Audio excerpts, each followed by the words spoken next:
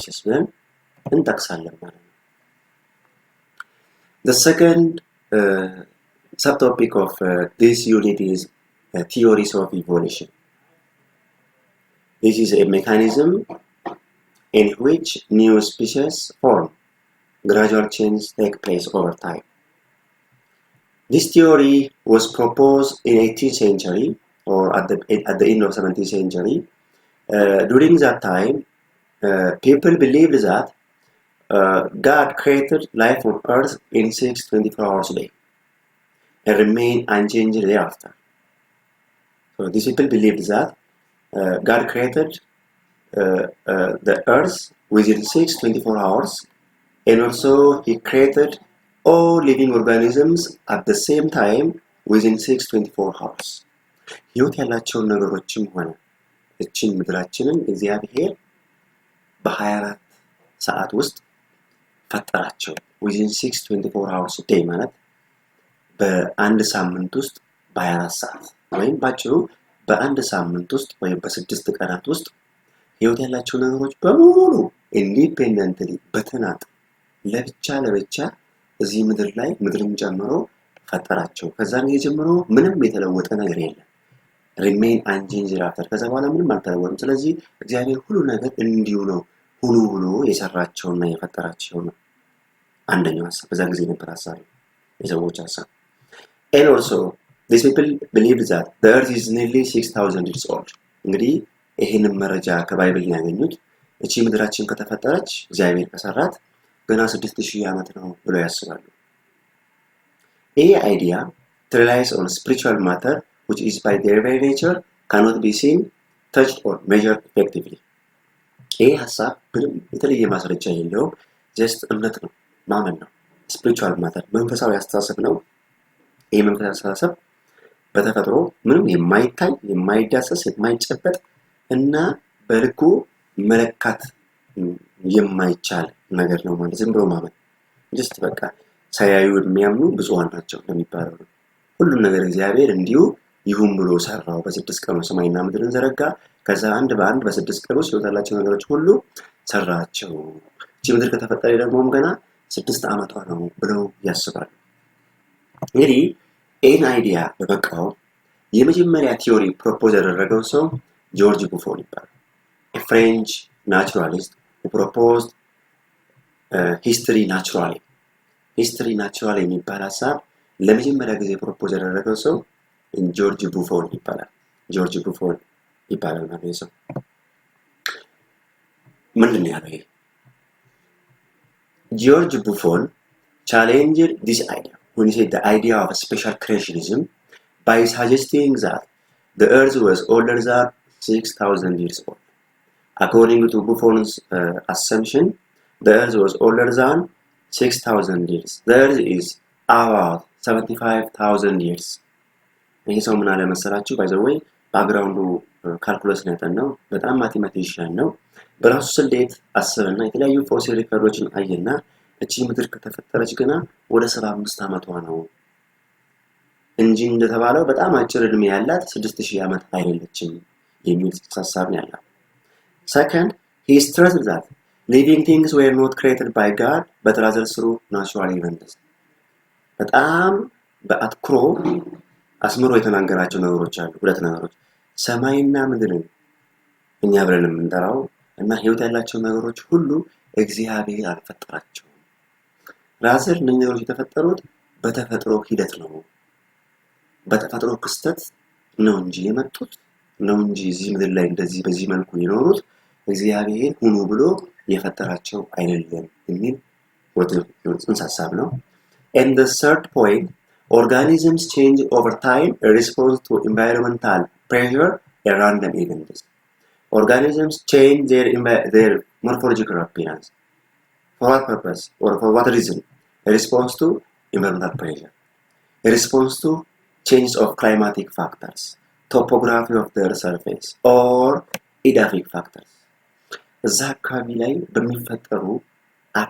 በሚፈጠሩ ግፊት climatic factors ለምሳሌ significant change of temperature በአንድ አካባቢ ላይ ያለው ቴምፕሬቸር በጣም መጠኑ ሲጨምር ወይም መጠኑ ሲቀንስ በአንድ አካባቢ ያለው ሬንፎል ዲስትሪቢዩሽን እጅግ በጣም ፍሪኩዌንሲው በጣም ሲጨምርና ምንም በረሃማ ሲሆን እንደማለት ነው። የዚህ ቴምፕሬቸር መጨመርና መቀነስ የሬንፎሉ መጨመርና መቀነስ አካባቢው ለምሳሌ በተለያዩ በረዶ መሸፈን ጋር ተያይዞ ሊሆን ይችላል ወይ ማውንቴን ፎርሜሽን እርዝኩዌክ ቮልካኒክ ኢራፕሽን ኤንድ ሶ ኦን አካባቢ ላይ የሚፈጠረው ግፊት ማለት ነው ኦርጋኒዝሞች እንዲለወጡ አስተዋጽኦ ያደርጋል። በአንድ አካባቢ ላይ የሚከሰተው ለውጥ እና አንድ አካባቢ ላይ የሚፈጠረው ግፊት ኦርጋኒዝሞች ቅርጻቸውን ራሳቸውን ማንነታቸውን እንዲለውጡ ያስገድዳቸዋል ነው። ስለዚህ organisms are not non-mutant. Organisms are mutant in nature ነው ያለው።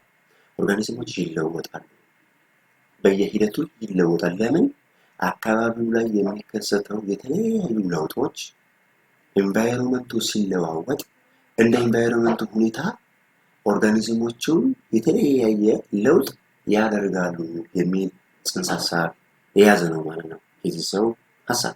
ስለዚህ ይሄን በሂስትሪ ናቹራሊ ነው የጠራው ነገር። በጠቅላላ በታሪክ ህይወት ያላቸው ነገሮች እንደሚለወጡ ኢቭን ይሄ ዩኒቨርስ ራሱ እንደሚለወጥ እና በተለወጠ ነገር ውስጥ ደግሞ የሚለወጥ ነገር እንደሚኖር ነው ያስቀመጠው ማለት ነው ይሄ The other person is Jean-Baptiste Lamarck. This man proposed the theory of transformation, or in short, or simply, the Lamarckian theory of evolution. When? In 1809. He is a French naturalist or evolutionarist who proposed the theory of transformation. ይሄ ሰው ከዛ ከጆርጅ ቡፎር የሚለይበት አንድ ነገር ነው። ጆርጅ ቡፎር ምን አለ? ኦርጋኒዝሞች ይለወጣሉ። በምን ምክንያት? በአካባቢ ግፊት ምክንያት ይለወጣሉ። አካባቢው በሚያደርገው ለውጥ፣ አካባቢው በሚያደርገው ጫና ኦርጋኒዝሞች እዛ አካባቢ የሚኖሩ ኦርጋኒዝሞች ይለወጣሉ የሚል ጽንሰ ሀሳብ ነው ያለው። But Jean-Baptiste Lamarck proposed a mechanism by which the gradual change of a species might have taken place. ይሄ gradual change ዝግመታዊ ለውጥ እንዴት ሊመጣ እንደሚችል ሜካኒዝሙን ያስቀመጠ ሰው ጂን-ባፕቲስቴ ላማርክ ይባላል። This theory claimed that the traits acquired by organisms during their lifetime can pass to subsequent generation. ምን መሰላችሁ? አንድ ኦርጋኒዝም የሆነ ትሬትስ ካራክተሪስቲክስ ማለት ነው ቢያገኝ መቼ? በህይወት ዘመኑ ለመኖር ሲል በሚያደርገው ተጋድሎ ውስጥ ማለት ነው በአንድ አካባቢ ላይ አዳዲስ ባህሪያትን ቢላበስ ያዳዲስ የተላበሰው ባህሪ አካባቢ ያገኘው ማለት ነው በአካባቢ ተጽዕኖ ምክንያት ያገኘው ወይ የመጣበት ባህሪ ወደሚቀጥለው ዝርዮቹ ይተላለፋል ነው the theory of transformation. Okay, he described a two-part mechanism by which change was gradually introduced into the species and passed down through generation. ይሄ አንድ ኦርጋኒዝም በህይወት ዘመኑ ሲኖር ከአካባቢው ያገኘው ትሬትስ ልዩ ባህሪያ ወደ ስፕሪንጉ ሲተላለፍ ሜካኒዝሙ ሁለት ነው ያለው ወደ ልጅ ወደሚቀጥለው ትውልድ በጠቃላ ያ ባህሪ ይተላለፋል። የሚተላለፍበት መንገድ ደግሞ ሁለት ነው ያስቀመጠው። The two parts of Lamarck's theory are the principle of use and disuse and the inheritance of acquired characteristics. The two parts of his theory are the principle of use and disuse and the inheritance of acquired characteristics. በእነኚህ ሁለት ደንቦች ወይም ምክንያቶች የተነሳ ኦርጋኒዝሞች የተለያየ አዲስ ባህሪያትን ይላበሳሉ። ያ የተላበሱት ደግሞ አዲስ ባህሪያት ወደ ዘር ማንዘራቸው ይተላለፋሉ ያለው። እስቲ አንደኛውን ፕሪንሲፕል ነው the principle of use and disuse። ምንድነው ይሄ ፕሪንሲፕል? Continuous use of a structure leads to an enlargement or more development of structure, and vice versa. Little use or disuse of structure leads to size reduction. ማለት መሰረት those organisms I mean ይሄ ማለት ምን መሰላችሁ ያለው organs which an organism use constantly now and then will be enlarged, well developed, and eventually becomes functional.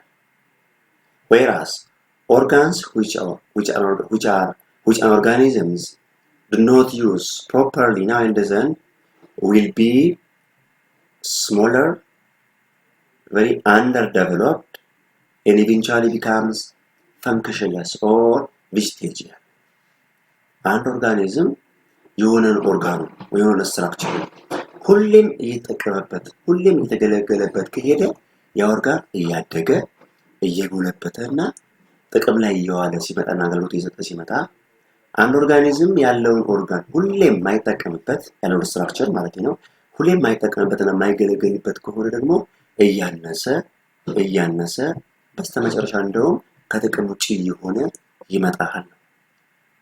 ኦኬ አንድ ኦርጋኒዝም የሆነ ኦርጋኑ ስትራክቸር ሁሌም የሚጠቀም ከሆነ ያንን እያደገ እየጎለበተ ይመጣል። የማይጠቀም ኦርጋንም ከሆነ ከጥቅም ውጪ የሆነ ያነሰና እየጠፋ ይመጣል ነው ያለው ሰው። ይሄ the principle of use and disuse ይባላል።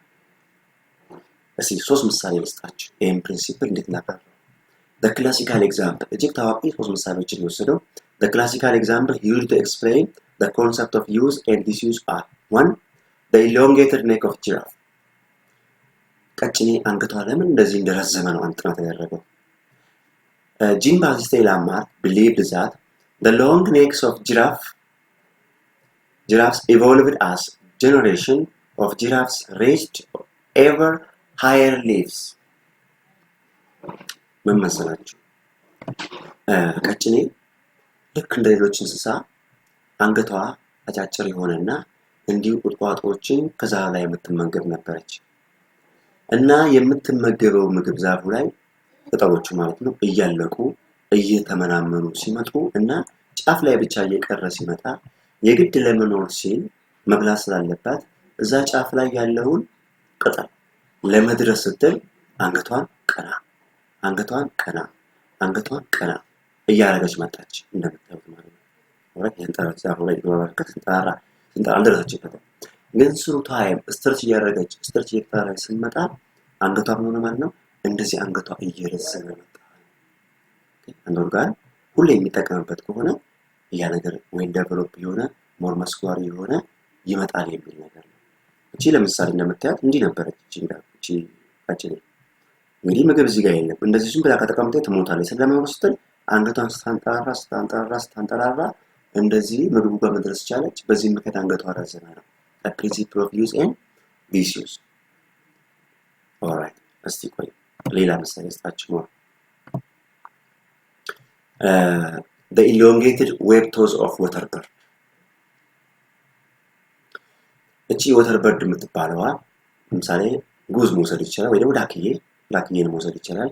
ዳክዬ ልክ እንደ ሌሎች አዋፎች እግሮቿ ድሮ ማለት ነው መጀመሪያ ቀጫጭን ወይ ደግሞ አጫጭር ነበሩ። ግን እቺ ዳክዬ ውሃ ላይ ለምትኖረው ውሃ ላይ ደግሞ ቀጫጭን እግርና በጣም አናሳ እግር አይጠቅማትም እንድትራመድ አያስችላትም። ስለዚህ ውሃ ላይ ለመራመድ ለመኖር በውሃ ላይ ግድ ስለሚላት ይሄን አይነት ቅርጽ ያለው ቱዝ ዴቨሎፕ ማድረግ ይሄን አይነት ቱዝ ዴቨሎፕ እንድታደርግ ተገደደች። ስለዚህ ይሄን አይነት ፍላትን የሆነ ብሮድ የሆነ ዌብ ቱዝ ዴቨሎፕ እንድታደርግ ያስገዳት ምንድነው ማለት ነው ይሄ እዚህ ውሃ ላይ መኖሯና ውሃ ላይ ለመራመድ ደግሞ የግድ እንደዚህ አይነት ቅርጽ እግሮቿ ሊኖሯት ግድ ስለሚል ማለት ነው። የሁለተኛው ኤግዛምፕል ነው። Third example ስለላችሁ the wings of pigeons for instance would be smaller than those of other birds for the fact that pigeons don't use them to fly. pigeons እንደ ሌሎች አይነት አዋፋት ሁላ ክንፍ አላቸው። ክንፋቸውን ግን ለመብረር አይጠቀሙበትም በሚገርም ሁኔታ።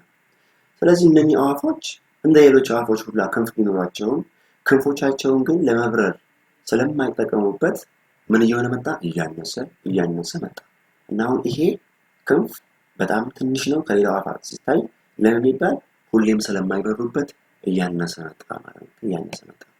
ስለዚህ እንግዲህ ምንድነው ያለው አጭሩ ይሄ ሰው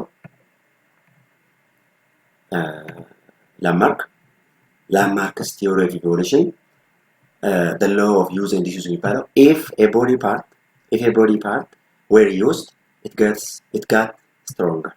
If a body part or if body part not used, it deteriorated. And organism body part ሁሌም እየተጠቀመበት ሲመጣ ሞር ጠንካራ እየሆነ ሞር እየጎለበተ ይመጣል። ቦዲ ፓርቱን ደግሞ የማይጠቀመው ከሆነ እያረጀ እየሞተ እያነሰ ከጥቅም ውጪ እየሆነ ይመጣል የሚል ፕሪንሲፕል ነው። አንዱ ፕሪንሲፕል በዛ ምክንያት ነው ኦርጋኒዝሞች አዲስ ባህሪያትን አዲስ ስትራክቸርን ዴቨሎፕ እያደረጉ የመጡት የሚል ነው። ሁለተኛው ፕሪንሲፕል the principle of inheritance of acquired traits ይባላል። traits that an individuals acquired during their lifetime could be passed on to his offspring. እንግዲህ ነው አንዱ አስገራሚ ነገር። አንድ ኦርጋኒዝም አንድ አካባቢ ላይ ሲኖር እዛ አካባቢ ላይ የግድ ዘልቆ ለመቆየት ሲልና እዛ አካባቢ ለመኖር ሲል የተለያየ አዳፕቲቭ ሜካኒዝም ዴቨሎፕ ያደርጋል። እዛ አካባቢ ለመኖር የሚያስችለውን ነገር ሁሉ ያደርጋል። በዛ አካባቢ ለመኖር የሚያስችለው ነገር ሁሉ አድርጎ ያን እዛ አካባቢ ለመኖር ያስቻለውን ስትራክቸር ካገኘ በኋላ የሚወልደው ልጅ በጠቅላላ ያንን ባህሪ የተላበሰ ይሆናል። ያንን ባህሪ ልጁም ያገኛል። እሱ ጥሮ ግሮ እሱ ለፍቶ አካባቢ ጋር ተመሳስሎ ለመኖር ባረገው ጥረት ውስጥ ያገኘውን ባህሪ ልጁም የልጁም ይወርሳል። For example, giraffes that had acquired long necks would have offspring with long necks rather than short necks their parents were born with. እንግዲህ ጅራፍ አንገቷ የረዘመ እንዴት ቅድም ባልኳችሁ ነው። ጅራፍ በዚህ መልኩ አንገቷ ከረዘመ ዝርዮቹ በጠቅላላ የምትወልደው ግልገሎች በጠቅላላ አንገተ ረጅም ሆነው ስለዚህ አንድ ኦርጋኒዝም ለመኖር በሚያደርገው ትግል ውስጥ አንድ ትሬት ዴቨሎፕ ካደረገ ያ ባህሪ በሚቀጥለው ጀነሬሽን ውስጥ ሁሉ ይገለጻል የሚል ነገር ነው። ኢንሾርት ይሄ ነገር if you do physical exercise for example your bodies become more muscular and well developed, and also your children will have well developed and muscular body. እንዲህ እንደማለት ነው። አንድ ሰው ስኩል ላይ ስፖርት የሚሰራ ከሆነ ሰውነቱ ሞር እየፈረጠመ ይመጣል። በዚህ ብቻ አይበቃም፣ የሚወለደው ልጅ ፈርጣማ ሰውነት ይኖረዋል የሚል ሐሳብ ነው። ይሄ ቲዮሪ ሮንግ ነው። ይሄን ቲዮሪ ዲስፕሩቭ አድርገውታል ሳይንቲስቶች። ልክ አይደለም፣ acquired characteristics for offspring አይተላለፍም ብለው ዲስፕሩቭ አድርገውታል። The first person who disproved the theory of transformation was August Frederick Leopold Weizmann ይባላል። የመጀመሪያው ሰው ይሄንን ላማርኪያን ቲዮሪ ኦፍ ኢቮሉሽን በተለይ the inheritance of acquired characteristics የሚባለውን disprove ያደረገው ሰው ማን ይባላል? ኦገስት ዌይዝማን ይባላል። He was born in 1834 in Frankfurt, Germany. This man studied how the traits of organisms developed and evolved in a variety of organisms. ይሄ ሰው ያጠናው ምንድነው መሰላችሁ?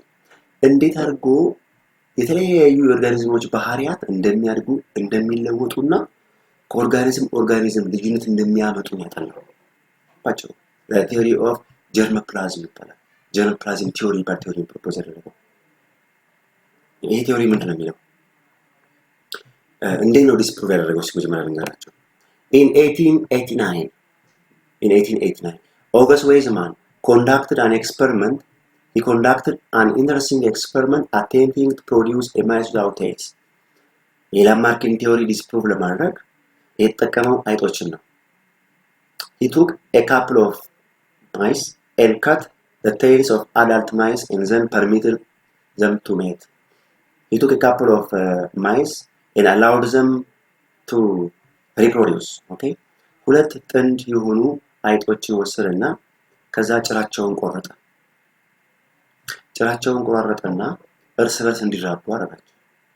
በነገራችን ላይ በመጀመሪያው ዙር ሁለት ጥንድ አይጦችን ወሰዶ ሲያራባቸው 9 አካባቢ ግልገሎች ተፈጠሩ። መለስና 9ኙንም ጭራቸውን ቆረጠና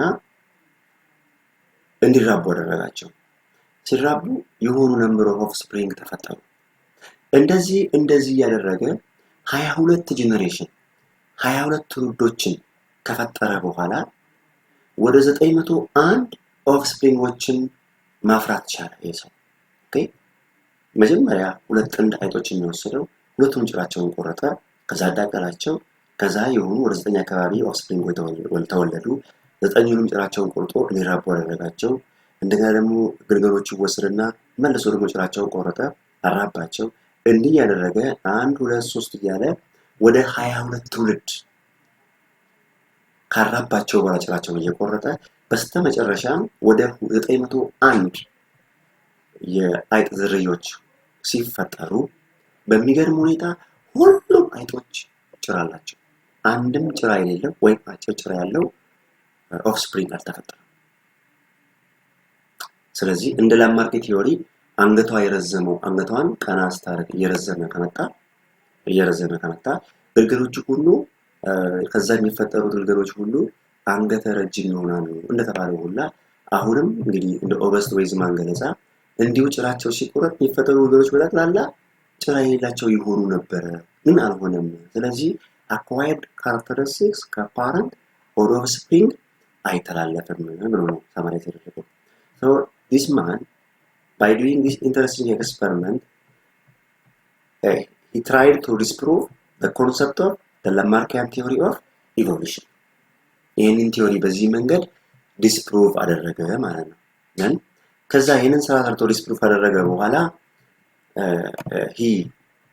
what is his conclusion? ይህን 3 ነጥብ አስቀምጠ after doing that actual experiment August Weismann argued that only changes to the germ cell, not the body cell, that could be inherited. If you remember, in Unit 3, organisms have 2 types of cells, especially sexually reproducing organisms have 2 types of cells, germ cells and body cells. Germ cells are reproduced by meiosis cell division, and somatic cells are reproduced by mitosis cell division. It is germ cell which can be transmitted from parents to offspring. It's not somatic cell. ለምሳሌ እንግዲህ አንድ ኦርጋኒዝም የተለያዩ ነምበር ኦፍ ክሮሞዞም አለው። ለምሳሌ ሰው 46 ክሮሞዞም አለው። 44ቱ አውቶዞማል ክሮሞዞምስ ወይ ደግሞ በዲ ሴል ክሮሞዞምስ ይባላሉ። አንዱ ጥንድ ወይ ደግሞ ሁለቱ ሴክስ ሴል ወይም ጀርም ሴል ይባላሉ። ስለዚህ ከዘር ወደ ዘር የሚተላለፈው ባህሪ ምን ውስጥ ያለ ነው ማለት ነው? በምን አማካኝነት ነው? በሴክስ ሴል ነው። በኤክስ እና በዋይ ክሮሞዞም ወንድ ላይ ባሉ ጂኖች ወይ ደግሞ ሴት ላይ ሁለቱ ኤክስ ክሮሞዞም ላይ ያለ ጂን ብቻ ነው የሚተላለፈው እንጂ ሌላው 44ቱ ክሮሞዞም ላይ ያሉ ጂኖች ከዘር ወደ ዘር አይተላለፉም ነው። Traits that organisms or the organisms acquire during their lifetime, such as long neck of giraffes, could not be transmitted to their offspring. ስለዚህ አንድ ኦርጋኒዝም በህይወት ዘመኑ በሚኖርበት ጊዜ ያገኘው ባህሪ ለምሳሌ ቀጭኔ በህይወት ዘመኗ ስትኖር ምግብ ሲያጥራት ምግብ ፍለጋ ዛፍ ላይ ስትንጠራራ አንገቷ ሲረዝም የሚፈጠሩት ኦፍስፕሪንጎች በጠቅላላ አንገተ ረጅም ሆኑ የሚለው ትክክል አይደለም። በዚህ መንገድ አንገቷ ቢረዝምም ግን እሷ የምትፈጥራቸው ግልገሎች ከሷ የሚወለዱ ግልገሎች ግን አንገተ ረጅም በፍጹም ሊሆኑ አይችሉም የሚል ጽንሰ ሐሳብ ነው። Therefore, he rejected the possibility of the inheritance of acquired characteristics. Thank you very much for your listening. Next time we'll see the Darwin's theory of evolution.